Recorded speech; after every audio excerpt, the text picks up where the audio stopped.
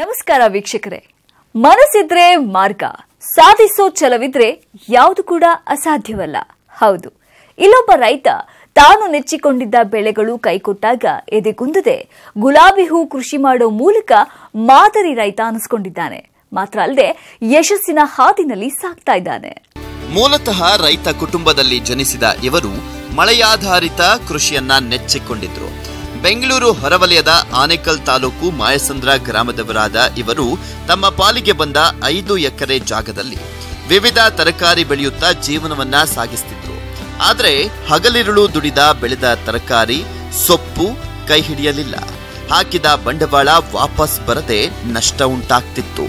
ಸೂಕ್ತ ಬೆಲೆ ಸಿಗದೆ ನಷ್ಟದಲ್ಲಿ ಬೇಸಾಯ ಮಾಡುವಂತಹ ಸ್ಥಿತಿ ನಿರ್ಮಾಣವಾಗಿತ್ತು. ಹೀಗೆ ಕೃಷಿಯನ್ನ ನಂಬಿ ಮುಂದೆ ಜೀವನ ಸಾಗಿಸುವುದು ಹೇಗಪ್ಪ ಎಂದು ಯೋಚಿಸುತ್ತಿದ್ದಾಗಲೇ ಕಣ್ಮುಂದೆ ಬಂದದ್ದು ಗುಲಾಬಿ ಕೃಷಿ. ಅಂದಿನಿಂದ ಬದುಕಿನ ದಿಕ್ಕೇ ಬದಲಾಯಿತು. ಕೇವಲ 1 ಲಕ್ಷ ಬಂಡವಾಳದಲ್ಲಿ 1 ಎಕರೆ ಪ್ರದೇಶದಲ್ಲಿ ಪ್ರಾರಂಭವಾದ ಗುಲಾಬಿ ಕೃಷಿ ಇಂದು 16 ಎಕರೆ ಪ್ರದೇಶದಲ್ಲಿ ವಿವಿಧ ಜಾತಿಯ ಗುಲಾಬಿ ಹೂವನ್ನ ಬೆಳೆಯಲು ನಾಂದಿಯಾಗಿದೆ. ಚೆನ್ನೈ, ಬೆಂಗಳೂರು ಸೇರಿದಂತೆ ದೇಶ ವಿದೇಶಗಳಿಗೆ ಶಿವಕುಮಾರ್ ತೋಟದ ಹೂ ರಫ್ತಾಗುತ್ತಿದೆ. ನಮ್ದೆಲ್ಲ ಒಂದು 5 ಎಕರೆ ಜಮೀನಿದೆ. ಗುತ್ತಿಗೆಗೆ ವರ್ಕೆಲ್ಲ ಮಾಡ್ತಾ ಇದ್ದೀರಿ, 1 10 ಎಕರೆ ಮಾಡ್ತಾ ಇದ್ದೀರಿ. ಈಗ ಅದರಲ್ಲಿ ಫಸ್ಟ್ ನಾವು ತರಕಾರಿ ಬೆಳೀತಾ ಇದ್ರಿ. ಆಲೂಗಡ್ಡೆ, ಕ್ಯಾರೆಟು, ಬೀನ್ಸು, ಬೀಟ್ರೋಟು ಈ ಥರದ್ದೆಲ್ಲ ಬೆಳೀತಾ ಇದ್ರಿ. ಅದರಲ್ಲಿ ಯಾವುದನ್ನು ಬೆಳೆ ಹಾಕ್ತಾ ಇದ್ರಿ, ಅದರಿಂದ ಲಾಭ ನಮಗೆ ಸಿಗ್ತಾ ಇರಲಿಲ್ಲ. ನಷ್ಟ ಉಂಟಾಗಿದ್ದಕ್ಕೆ ನಾವು ಎಲ್ಲರೂ ಒಬ್ಬರು ನೋಡಿ ಎಲ್ಲ ರೋಜೆ ಗಿಡ, ನಾವು 10 ವರ್ಷ ಆಯ್ತು ಸರ್ ಈ ರೋಜೆ ಗಿಡ ಫೀಲ್ಡ್ಗೆ ಬಂದು, ಎಲ್ಲ ಕೈಯಿಂದ ಹೋಗ್ತಾ ಇತ್ತು. ಆಮೇಲೆ 1 ಎಕರೆ ರೋಜೆ ಗಿಡ ಹಾಕಿದ್ರೆ, 1 ಎಕರೆ ರೋಜೆ ಹಾಕಿದಾಗ ಒಂದು ತಿಂಗಳಿಗೆ ಒಂದು ಆವರೇಜ್ 20,000 ರೂಪಾಯಿ ನಮ್ಗೆ ಉಳಿತಾಯ ಆದಂಗೆ ಆಯಿತು. ಅದಕ್ಕೆ ನಾವು ಪೂರ್ತಿ ನಮ್ಮ ಜಮೀನು ಏನಿದೆಯೋ ಅದೆಲ್ಲರೂ ರೋಜೆ ಹೂವನ್ನೇ ಮೀಸಲಾಗುತ್ತೆ. ಇನ್ನು ಶಿವಕುಮಾರ್ 5-6 ಜಾತಿಯ ಗುಲಾಬಿ ಹೂಗಳನ್ನ ಸುಮಾರು 10 ಎಕರೆಯಲ್ಲಿ ಬೆಳೆಯುತ್ತಿದ್ದಾರೆ. ಚೆನ್ನೈ, ಬೆಂಗಳೂರು ಸೇರಿದಂತೆ ಹೊರದೇಶಗಳಿಗೂ ಹೂ ರಫ್ತಾಗುತ್ತದೆ. ಸಿಂಗಲ್ ಆರೆಂಜ್, ಬಟನ್ ರೋಸ್ಗೆ ಹಬ್ಬ ಹರಿದಿನಗಳಲ್ಲಿ ಅಧಿಕ ಬೇಡಿಕೆ ಇದ್ದು ಹೆಚ್ಚು ಬೆಲೆಗೆ ಮಾರಾಟವಾಗುತ್ತದೆ. ಪನ್ನೀರು, ಡಚ್ ಮತ್ತು ಮಿರಾಬುಲ್ ಹೂವು ಪರ್ಫ್ಯೂಮ್ಗೆ ಹೆಚ್ಚು ಬಳಕೆಯಾಗುವುದರಿಂದ ಇವುಗಳಿಗೆ ಸದಾಕಾಲ ಉತ್ತಮ ಬೇಡಿಕೆ ಇರುತ್ತದೆ. ಒಟ್ಟು ಪ್ರತಿ ತಿಂಗಳು 1 ರಿಂದ 1.5 ಲಕ್ಷ ಉಳಿತಾಯವಾಗ್ತಿದೆ ಅಂತಾರೆ ಶಿವಕುಮಾರ್. ನಮ್ಮದು ಇಲ್ಲಿ ಸಿಂಗಲ್ ಆರೆಂಜು, ಮಿರಾಬುಲ್ಲು, ಪನ್ನೀರು, ಡಚ್ಚು ಎಲ್ಲ ಥರದ ಒಂದು 5-6 ಕ್ವಾಲಿಟಿ ನಾವು ಬೆಳೀತಾ ಇದ್ದೀರಿ. ಈಗ ಒಂದು ಎಕರೆ ರೋಜೆ ಗಿಡ ಇಕ್ಬೇಕಂದ್ರೆ ಸ್ಟಾರ್ಟಿಂಗಲ್ಲಿ 1 ಲಕ್ಷ ರೂಪಾಯಿ ಅಮೌಂಟ್ ಬೀಳುತ್ತೆ ನಮ್ಮದು. ಅದು ತಿಂಗಳು ಈ ಥರ ನಾವು ಎಲ್ಲಾದರೂ ಕೆಲಸಕ್ಕೆ ಹೋದರೆ 20,000 ದುಡಿತೀರಿ ನೋಡಿ, ಅದೇ ಥರ ನಮ್ಮ ತಿಂಗಳು ರೊಟೇಷನ್ ಆಗ್ತಾ ಇರುತ್ತೆ ಸರ್. ತಿಂಗಳು ಬರೋ ಅಷ್ಟೊತ್ತಿಗೆ 2 ಲಕ್ಷ ರೂಪಾಯಿ ಖರ್ಚಿದೆ. 1 ಲಕ್ಷ ರೂಪಾಯಿ 1.5 ಲಕ್ಷ ರೂಪಾಯಿ ಮೇಲೆ ಉಳಿತಾಯ ಮಾಡ್ತೀರಿ. ಏನಿಲ್ಲ ಸರ್ ನೋಡಿ, ಈಗ ಪರವಾಗಿಲ್ಲ, ಗುಡ್ಕೊಂಡು ಹೋಗ್ತಾ ಇದೆ, ಏನು ತೊಂದರೆ ಏನಿಲ್ಲ. ಎಲ್ಲೇ ಜಾಗದಲ್ಲಿ ಹೋಗಿ ಕೆಲಸ ಮಾಡೋಷ್ಟು ನಾವು ಇಲ್ಲೇ ನಮ್ಮ ಓನಾಗಿ ನಾವೇ ದುಡಿತಾ ಇದ್ದೀರಿ. ಗುಲಾಬಿ ಹೂವು ಬೆಳೆ ಮನೆಯ ಮಗುವಿದ್ದಂತೆ, ತುಂಬಾ ಸೂಕ್ಷ್ಮ ಸ್ವಭಾವ. ಅದಕ್ಕೆ ನಿತ್ಯ ನೀರನ್ನ ಹಾಯಿಸಬೇಕು. ಸಮಯಕ್ಕೆ ಸರಿಯಾಗಿ ಗೊಬ್ಬರವನ್ನ ಹಾಕಿ ಪೋಷಣೆ ಮಾಡಬೇಕು. ವಾರ ಅಥವಾ 15 ದಿನಗಳಿಗೊಮ್ಮೆ ಔಷಧಿ ಸಿಂಪಡಣೆ ಮಾಡಿದ್ರೆ ಉತ್ತಮ ಇಳುವರಿ ದೊರೆಯುತ್ತದೆ. ಜೊತೆಗೆ ಗುಣಮಟ್ಟದ ಗುಲಾಬಿಗೆ ಬೆಲೆ ಸಹ ಅಧಿಕವಾಗಿದ್ದು ಉತ್ತಮ ಲಾಭ ಸಹ ಪಡೆಯಬಹುದಾಗಿದೆ. ವಿಶೇಷವಾಗಿ ಬೇಸಿಗೆ ಕಾಲದಲ್ಲಿ ಮುತುವರ್ಜಿಯನ್ನ ವಹಿಸಿ ಗುಲಾಬಿ ಹೂ ಗಿಡಗಳನ್ನ ಪೋಷಣೆ ಮಾಡಿದ್ದಲ್ಲಿ ನಿತ್ಯವೂ ಹೂ ಕಟಾವಿಗೆ ಬರುವ ಮೂಲಕ ಒಳ್ಳೆಯ ಲಾಭ ಪಡೆಯಬಹುದಾಗಿದೆ. ಉಪ್ಪು ಮತ್ತು ತರಕಾರಿ ಬೆಳೆಗಳಿಂದ ನಷ್ಟಕ್ಕೊಳಗಾಗಿದ್ದ ಸುತ್ತಮುತ್ತಲಿನ ರೈತರು ಕೂಡ ಶಿವಕುಮಾರ್ ಗುಲಾಬಿ ಕೃಷಿಯಿಂದ ಪ್ರೇರಿತರಾಗಿ ಇಂದು ಗುಲಾಬಿ ಹೂವನ್ನ ಬೆಳೆಯುತ್ತಿದ್ದಾರೆ. ಉತ್ತಮ ಲಾಭವನ್ನ ಪಡೆಯುತ್ತಿದ್ದಾರೆ. ಗುಲಾಬಿ ಹೂ ಕೃಷಿ ತೀರಾ ಸರಳವಾಗಿದ್ದು 2-3 ತಿಂಗಳು ನೋಡಿ ಅನುಭವ ಪಡೆದುಕೊಂಡ್ರೆ ಸಾಕು, ಗುಲಾಬಿ ಕೃಷಿಯಲ್ಲಿ ಯಶಸ್ಸು ಸಾಧಿಸಬಹುದು ಎನ್ನುತ್ತಾರೆ ಶಿವಕುಮಾರ್. ಡೈಲಿ ನೀರು ಬಿಡಬೇಕು ಈ ರೋಜೆ ಗಿಡಕ್ಕೆ. ಈ ಬೇಸಿಗೆನಲ್ಲಿ ಡೈಲಿ ನೀರು ಇರಬೇಕು. ಡೈಲಿ ನೀರು ಬಿಟ್ರೇನೆ ಅದು ಡೈಲಿ ಓಪನ್ ಆಗ್ತಾ ಇರ್ತೈತೆ. ಡೈಲಿ ನಾವು ಕಟ್ ಮಾಡಬೇಕು ಸರ್. ವಾರಕ್ಕೆ 1 ಕೋಟ ಹೊಡಿತಾ ಇರಬೇಕು ಸರ್ ಔಷಧಿ. ಒಂದು 50 ರಿಂದ 60 kg ಡೈಲಿ ಕೀಳ್ಬೋದು ಸರ್. 1 ಎಕರೆ ರೋಜೆ ಗಿಡ ಇದ್ದರೆ ಒಂದು 50 ರಿಂದ 60 kg ಕೀಳ್ಬೋದು. ಮಿನಿಮಮ್ 50 ರೂಪಾಯಿ ರೇಟ್ ಅಂದ್ರೆ ನೀವೇ ಲೆಕ್ಕ ಹಾಕೊಳ್ಳಿ. ಕೂಲಿ ಖರ್ಚು ಎಲ್ಲ ಹೋದ್ರೂ 1 ರಿಂದ 2 ಸಾವಿರ ಉಳಿತಾಯ ಆಗೇ ಆಗುತ್ತೆ. ಒಂದು ದಿನಕ್ಕೆ 1,000 ರೂಪಾಯಿ ಉಳಿತಾಯ ಇದ್ದೇ ಇರುತ್ತೆ. ನಾವು ಒಂದು ಸಲ ಯಾರಾದರೂ ಇವಾಗ ನಾವು ರೋಜೆ ಗಿಡ ಇಕ್ಕಿದ್ದೀರಿ, ನಮ್ಮ ಹತ್ರ ಬಂದು ಒಂದು 2 ತಿಂಗಳು 3 ತಿಂಗಳು ಅನುಭವ ಆದರೆ ಅವರು ಬೆಳೀತಾ ಇರ್ಬೋದು. ಗುಲಾಬಿ ಕೃಷಿ ಕೈಗಾರಿಕೆ ರೀತಿಯಲ್ಲಿ ನಿತ್ಯವೂ ಕೆಲಸ ಬೇಡುತ್ತದೆ. ಪ್ರತಿನಿತ್ಯ ಹೂ ಕಟಾವು ಮಾಡಬೇಕಿದ್ದು ವರ್ಷವಿಡೀ ಕನಿಷ್ಠ 5-6 ಮಂದಿಗೆ ಕೆಲಸವನ್ನ ನೀಡಬಹುದು. ಜೊತೆಗೆ ಇಡೀ ಕುಟುಂಬ ಮುಂಜಾನೆಯಿಂದ ಸಂಜೆಯವರೆಗೆ ಕೆಲಸ ಮಾಡಬಹುದಾಗಿದೆ. ಹಾಗಾಗಿ ಶ್ರಮವನ್ನ ವಹಿಸಿ ದುಡಿದ್ರೆ ತಕ್ಕ ಫಲ ಸಿಗುತ್ತದೆ. ಶ್ರದ್ಧೆಯಿಂದ ದುಡಿಯಬೇಕು ಅಷ್ಟೇ ಎನ್ನುತ್ತಾರೆ ಶಿವಕುಮಾರ್. ಬೆಳಗ್ಗೆ 5 ಗಂಟೆಗೆ ಬಂದರೆ ಬೆಳಗ್ಗೆ ಹೋಗೋದ್ಕ ಸಾಯಂಕಾಲ 4 ಗಂಟೆ 5 ಗಂಟೆ ಆಗ್ತದೆ ಮನೆಗೆ ಹೋಗೋದ್ಕ. ಅದು ಈಗ ಇಲ್ಲಿ ಮನೆ ಕಟ್ಕೊಂಡಿದ್ದೀರಿ, ಇಲ್ಲೇ ಎದ್ದು ಬಿಡ್ತೀವಿ ಸ್ವಲ್ಪ ಹೊತ್ತು ವೆಯ್ಟ್ ಮಾಡಿಕೊಂಡು. ರೋಜ್ ಇಟ್ಟಿರೋದು ಒಂದು 5-6 ವರ್ಷಕ್ಕೆ ರೋಜ್ ಇಟ್ಟಿದ್ದೀರಿ. ಅದಕ್ಕೆ ಮುಂಚೆ ಸಣ್ಣ ಪುಟ್ಟ ಹಿಂಗೆ ವ್ಯವಸಾಯ ಮಾಡ್ತಾಯಿದ್ರಿ. ಈಗ ಹೆಂಗೂ ಪರವಾಗಿಲ್ಲ. ಇದು ಒಂದು ದಿವಸ ಹಬ್ಬದಾಗ ಒಂದು 10 ರೂಪಾಯಿ ಜಾಸ್ತಿ ಮಾಡ್ತದೆ. ಹಬ್ಬಗಳಿದ್ದಾಗ ಮಾಮೂಲಿ ಟೈಮು 20-30 ಆಗುತ್ತದೆ. ಕೂಲಿ ಇಲ್ದಿರ ನಾವು ಶ್ರಮಪಟ್ಟು ಮಾಡಿದ್ರೆ ನಮ್ಗೆ ಸಿಗ್ತದೆ. ಅದೇ ನಾವು ಮಾಡಿದಿರ ಕೂಲಿ ಕೊಟ್ಟರೆ ಕೂಲಿಗೆ ಏನು ಸಿಕ್ಕಲ್ಲ ನಮ್ಗೆ. ನಾವು ಕಷ್ಟ ಬೀಳಬೇಕು, ನಾವು ದುಡಿಮೆ ಮಾಡಿ ನಾವು ಉಳಿತಾಯ ಮಾಡಿದ್ರೆ ಇರಲಿಕ್ಕೆ ಕಾಸು.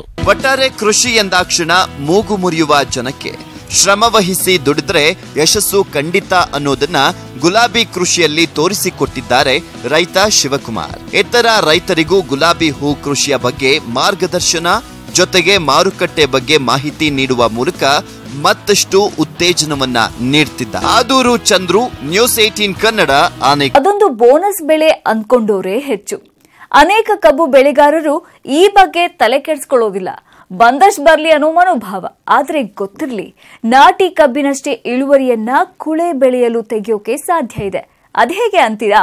ಈ ಸ್ಟೋರಿ ನೋಡಿ. ಜಗತ್ತಿನ ಕಬ್ಬು ಬೆಳೆಯುವ ಎಲ್ಲಾ ದೇಶಗಳಲ್ಲಿ ಕುಳೆ ಕಬ್ಬು ಬೆಳೆಯೋದು ಸಾಮಾನ್ಯ. ಆದರೆ ಕುಳೆ ಬೆಳೆಯುವ ಸಂಖ್ಯೆ ಮತ್ತು ಇಳುವರಿ ಮಾತ್ರ ವಿಭಿನ್ನವಾಗಿದೆ. ಮಾರಿಷಸ್ ಮತ್ತು ತೈವಾನ್ ದೇಶಗಳಲ್ಲಿ 5-6 ಕುಳೆ ಬೆಳೆಗಳನ್ನ ತೆಗಿತಾರೆ. ಭಾರತದಲ್ಲಿ ಇದು 1-2 ಬೆಳೆಗೆ ಸೀಮಿತವಾಗಿದೆ.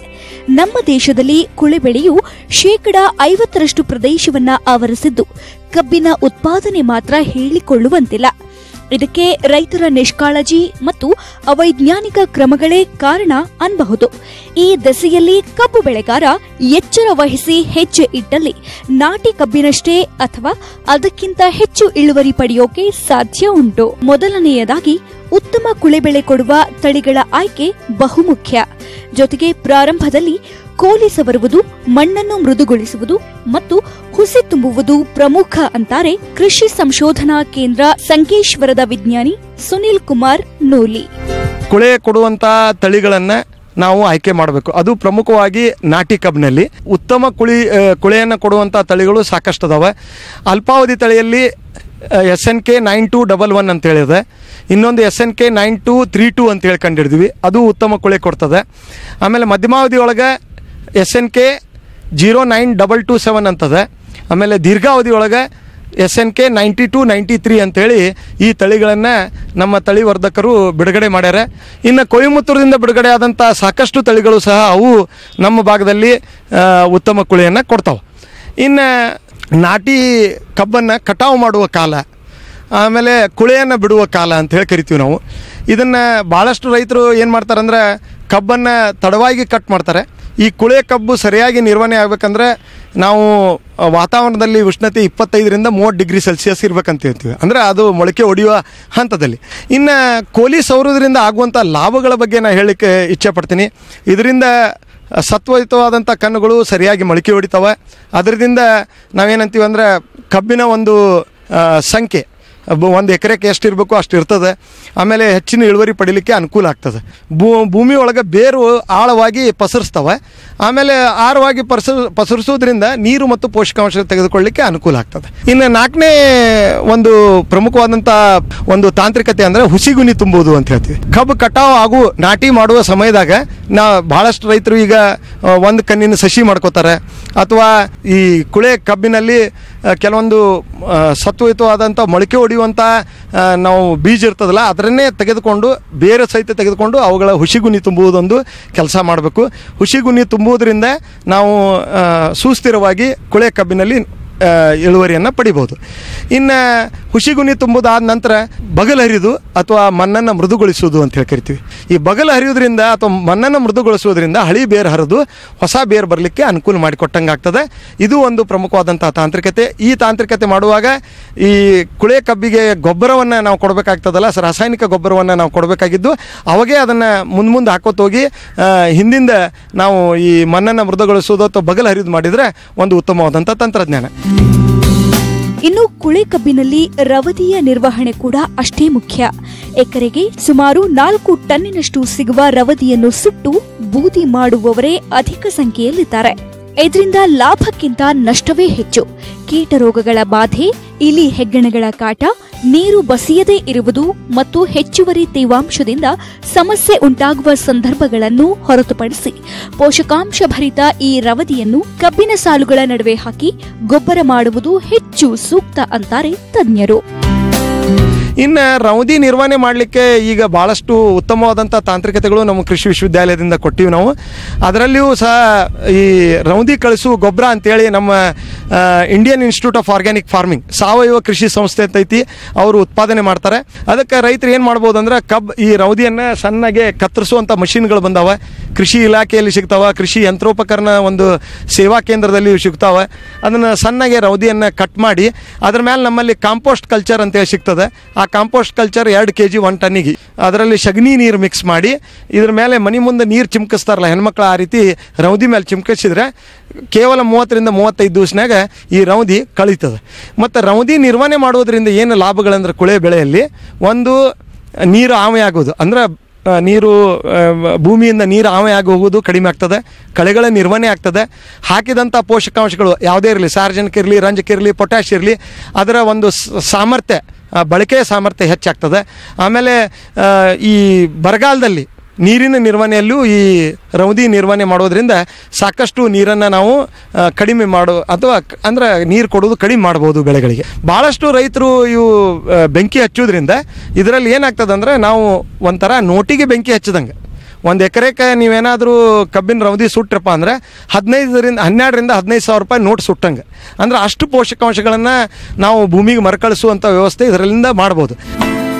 ಇನ್ನು ಪೋಷಕಾಂಶಗಳ ವಿಷಯಕ್ಕೆ ಬಂದ್ರೆ ನಾಟಿ ಕಬ್ಬಿಗೆ ಕೊಟ್ಟ ಗೊಬ್ಬರವೇ ಕುಳೆ ಬೆಳೆಗೆ ಸಾಕು ಎನ್ನುವ ತಪ್ಪು ಕಲ್ಪನೆ ಹಲವಾರು ರೈತರಲ್ಲಿದೆ. ಆದರೆ ಇಲ್ಲಿ ಕೂಡ ರೈತರು ಶಿಫಾರಸ್ಸಿನಂತೆ ಸಾವಯವ ಮತ್ತು ರಾಸಾಯನಿಕ ಗೊಬ್ಬರಗಳನ್ನ ತಪ್ಪದೆ ಕೊಡಬೇಕು. ಜೊತೆಗೆ ಕಳೆನಾಶಕಗಳನ್ನ ಬಳಸಿ ಕಳೆಗಳನ್ನು ನಿರ್ವಹಣೆ ಮಾಡಬೇಕು. ಅಷ್ಟೇ ಅಲ್ಲ, ಕಾಲಕಾಲಕ್ಕೆ ನೀರನ್ನು ಒದಗಿಸುವುದು ಕೂಡ ಅಷ್ಟೇ ಮುಖ್ಯ. ಸಮಗ್ರ ಪೋಷಕಾಂಶಗಳ ನಿರ್ವಹಣೆ ಸಹ ಮಾಡಬೇಕಾಗ್ತದೆ. ದಯಮಾಡಿ ರೈತರು ಮೊದಲು ಮಣ್ಣು ಪರೀಕ್ಷೆ ಮಾಡಿಸ್ಬೇಕು. ಮಣ್ಣು ಪರೀಕ್ಷೆಯ ಆಧಾರದ ಮೇಲೆ ರಾಸಾಯನಿಕ ಗೊಬ್ಬರ ಇರಲಿ ಅಥವಾ ಸಾವಯವ ಗೊಬ್ಬರಗಳನ್ನು ಕೊಡಬೇಕಾಗ್ತದೆ.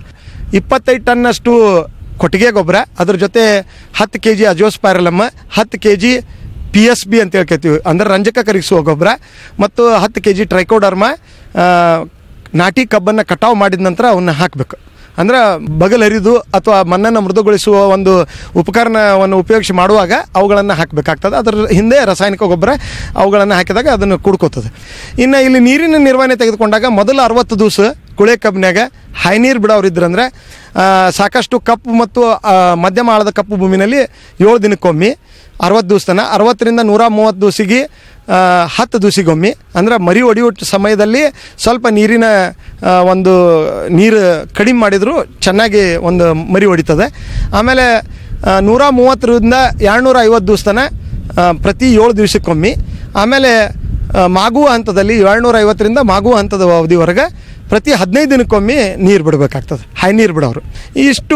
ಇವುಗಳನ್ನು ನಾನು ಈಗ ಹೇಳಿದಂಥ ಸಮಗ್ರ ಒಂದು ಬೇಸಾಯ ಕ್ರಮಗಳನ್ನು ಅಳವಡಿಸಿದರೆ ಒಂದು ಉತ್ತಮವಾದಂಥ ಕುಳೆ ಇಳುವರಿಯನ್ನು ರೈತರು ತೆಗೆದುಕೊಳ್ಳಲಿಕ್ಕೆ ಅನುಕೂಲ ಆಗ್ತದೆ. ಒಟ್ಟಾರೆ ರೈತರು ಕುಳೆ ಕಬ್ಬನ್ನು ಪುಕ್ಕಟೆ ಬೆಳೆ ಅಂದುಕೊಂಡು ನಿರ್ಲಕ್ಷ್ಯ ಮಾಡದೆ ಈಗ ತಿಳಿಸಿದ ವೈಜ್ಞಾನಿಕ ಕ್ರಮಗಳನ್ನು ತಪ್ಪದೇ ಪಾಲಿಸಿದಲ್ಲಿ ಮುಖ್ಯ ಬೆಳೆಯಷ್ಟೇ ಇಳುವರಿಯನ್ನ ಕುಳೆ ಕಬ್ಬಿನಲ್ಲೂ ತೆಗೆದು ಉತ್ತಮ ಆದಾಯ ಗಳಿಸಬಹುದು. ಅನೇಕರು ಮಿಶ್ರ ಜಾತಿ ಹಸುಗಳನ್ನ ಸಾಕಣೆ ಮಾಡೋದು ಉಂಟು. ಈ ಹೈನುಗಾರಿಕೆಯಲ್ಲಿ ಮೊದಲ ಹೆಜ್ಜೆಯಾಗಿ ಉತ್ತಮ ರಾಸುಗಳನ್ನ ಆಯ್ಕೆ ಮಾಡೋದು ಬಹಳ ಮುಖ್ಯ. ಎಷ್ಟೋ ಸಲ ರೈತ ಇದರಲ್ಲಿ ಮೋಸ ಹೋಗ್ತಾನೆ. ಆದ್ರಿಂದ ಹಸುಗಳನ್ನ ಕೊಳ್ಳುವಾಗ ರೈತರು ಕೆಲವು ಅಂಶಗಳನ್ನ ತಪ್ಪದೇ ಗಮನಿಸಬೇಕಾಗತ್ತೆ. ರೈತ ಬಾಂಧವರೇ, ಹಸುಗಳನ್ನ ಆಯ್ಕೆ ಮಾಡುವಾಗ ದಿನವಿಡೀ ಎಷ್ಟು ಹಾಲು ಉತ್ಪಾದಿಸುವ ಹಸುವನ್ನ ಆಯ್ಕೆ ಮಾಡಬೇಕು ಎಂಬುದನ್ನ ಪ್ರಪ್ರಥಮವಾಗಿ ನಿಶ್ಚಯಿಸಿ. ಯಾವುದಾದರೊಂದು ಹಸುವನ್ನ ಆಯ್ಕೆ ಮಾಡಿದರೆ ಪ್ರಯೋಜನ ಇಲ್ಲ. ಇದರಿಂದ ಕಷ್ಟ ನಷ್ಟಗಳು ಉಂಟಾಗುವ ಸಂಭವವೇ ಹೆಚ್ಚು. ಹಸುಗಳನ್ನ ಖರೀದಿಸುವಾಗ ಅವಸರ ಮಾಡಬೇಡಿ. ಸೂಕ್ಷ್ಮವಾಗಿ ನೋಡಿ.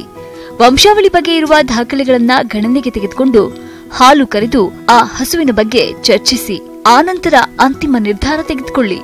ಮೊದಲನೆಯದಾಗಿ ಹಸುಗಳನ್ನು ಖರೀದಿಸುವಾಗ 2ನೇ ಅಥವಾ 3ನೇ ಸೂಲಿನಲ್ಲಿರುವುದು ಮುಖ್ಯ. 3ನೇ ಸೂಲಕ್ಕಿಂತ ಹೆಚ್ಚಿನ ಸೂಲದಲ್ಲಿರುವ ಹಸುಗಳನ್ನ ಖರೀದಿಸಬಾರದು. ಯಾಕೆಂದ್ರೆ 2ನೇ ಹಾಗೂ 3ನೇ ಸೂಲಿನಲ್ಲಿ ಗರಿಷ್ಠ ಪ್ರಮಾಣದ ಹಾಲನ್ನ ನಿರೀಕ್ಷಿಸಬಹುದಾಗಿದೆ. ಆದ್ದರಿಂದ ಹಸುಗಳನ್ನ ಖರೀದಿಸುವಾಗ ಅವುಗಳ ವಯಸ್ಸು 4 ರಿಂದ 5 ವರ್ಷದೊಳಗಿರುವುದನ್ನ ಖಾತ್ರಿಪಡಿಸಿಕೊಳ್ಳಿ. ಹೆಚ್ಚು ಹಾಲು ಕೊಡುವ ಹಸುಗಳು ಸೌಮ್ಯ ಸ್ವಭಾವ ಹೊಂದಿರುತ್ತವೆ. ದೇಹದ ಮೇಲಿನ ಕೂದಲು ನಯವಾಗಿರಬೇಕು ಮತ್ತು ಹೊಳಪಿನಿಂದ ಕೂಡಿರಬೇಕು. ಇದು ಹಸುಗಳನ್ನ ಉತ್ತಮ ರೀತಿಯಲ್ಲಿ ಪಾಲನೆ ಮಾಡಿರುವುದನ್ನ ಮತ್ತು ಯಾವುದೇ ಪೋಷಕಾಂಶಗಳ ಕೊರತೆ ಇಲ್ಲದಿರುವುದನ್ನು ಸೂಚಿಸುತ್ತದೆ. ಹೆಚ್ಚು ಹಾಲು ಕೊಡುವ ಹಸುಗಳು ಕಾಂತಿಯುತವಾದ ಚುರುಕಾದ ಕಣ್ಣುಗಳನ್ನು ಹೊಂದಿರುತ್ತವೆ ಹಾಗೂ ಮೂಗಿನ ಹೊಳ್ಳೆಗಳು ವಿಶಾಲವಾಗಿರುತ್ತವೆ. ಎದೆ ಮತ್ತು ಹೊಟ್ಟೆಯ ಭಾಗ ದೊಡ್ಡದಾಗಿದ್ದು ವಿಶಾಲವಾಗಿರಬೇಕು. ಇನ್ನು ಕೆಚ್ಚಲಿನ ವಿಷಯಕ್ಕೆ ಬಂದ್ರೆ, ಕೆಚ್ಚಲಿನ ಬಳಿ ಅಂಕುಡೊಂಕಾದ ಸಾಕಷ್ಟು ರಕ್ತನಾಳಗಳಿದ್ದು ಅವು ಎದ್ದು ಕಾಣುವಂತಿರಬೇಕು. ಇಂಥ ಹಸುಗಳಿಂದ ಹೆಚ್ಚು ಹಾಲಿನ ಇಳುವರಿಯನ್ನ ಪಡೆಯಬಹುದಾಗಿದೆ. ಕೆಚ್ಚಲು ದೊಡ್ಡದಾಗಿದ್ದು ಮೃದುವಾಗಿರಬೇಕು ಮತ್ತು ಮೊಲೆತೊಟ್ಟುಗಳು ಕೂಡ ಮೃದುವಾಗಿದ್ದು ಯಾವುದೇ ಗಂಟುಗಳನ್ನ ಹೊಂದಿರಬಾರದು. ಹೀಗೆ ಅಂಗೈಯನ್ನ ತೊಟ್ಟುಗಳ ಕೆಳಗೆ ಇಟ್ಟಾಗ ಎಲ್ಲಾ ತೊಟ್ಟುಗಳು ಅಂಗೈಗೆ ಸೋಕುವಂತಿರಬೇಕು ಮತ್ತು ಮೊಲೆತೊಟ್ಟುಗಳು ಉದ್ದವಾಗಿರಬೇಕು. ಚಪ್ಪೆಯ ಮೇಲ್ಭಾಗ ಕಡಿಮೆ ಇಳಿಜಾರಿನಿಂದ ಕೂಡಿದ್ದು ವಿಶಾಲವಾಗಿರಬೇಕು. ಹಸುವನ್ನ ಹಿಂಭಾಗದಿಂದ ನೋಡಿದಾಗ ಹಿಂಗಾಲುಗಳ ನಡುವಿನ ಅಂತರ ಹೆಚ್ಚಿರಬೇಕು. ದೊಡ್ಡದಾದ ಕೆಚ್ಚಲು ಇರುವುದನ್ನ ಗುರುತಿಸಿಕೊಳ್ಳಿ. ಹಿಂಗಾಲುಗಳು ನೇರವಾಗಿದ್ದು ಕೆಚ್ಚಲಿನ ಭಾಗ ಇಂಗ್ಲಿಷ್ನ ವಿ ಆಕಾರ ತಿರುಚಿದಂತೆ ಕಾಣುತ್ತದೆ. ಹಲ್ಲುಗಳು ಚೂಪಾಗಿರದೆ ಒಂದೇ ಸಮನಾಗಿರಬೇಕು. ಕರು ಹಾಕಿದ ಹಸುವನ್ನ ಖರೀದಿಸುವಾಗ ಸಾಮಾನ್ಯವಾಗಿ ಕರು ಹಾಕಿದ 2ನೇ ವಾರದಿಂದ 4ನೇ ವಾರದೊಳಗೆ ಇರುವ ಹಸುಗಳನ್ನ ಖರೀದಿಸುವುದು ಒಳ್ಳೆಯದು. ಇದರಿಂದ ಕರುವಿನ ಜನನ ಸರಿಯಾಗಿ ಆಗಿದೆ, ಯಾವುದೇ ಗರ್ಭಪಾತ ಆಗಿಲ್ಲ ಹಾಗೂ ಮುಂದೆ ಸಂತಾನೋತ್ಪತ್ತಿಗೆ ಯಾವುದೇ ತೊಂದರೆ ಇಲ್ಲ ಅನ್ನುವುದು ಖಾತ್ರಿಯಾಗುತ್ತದೆ.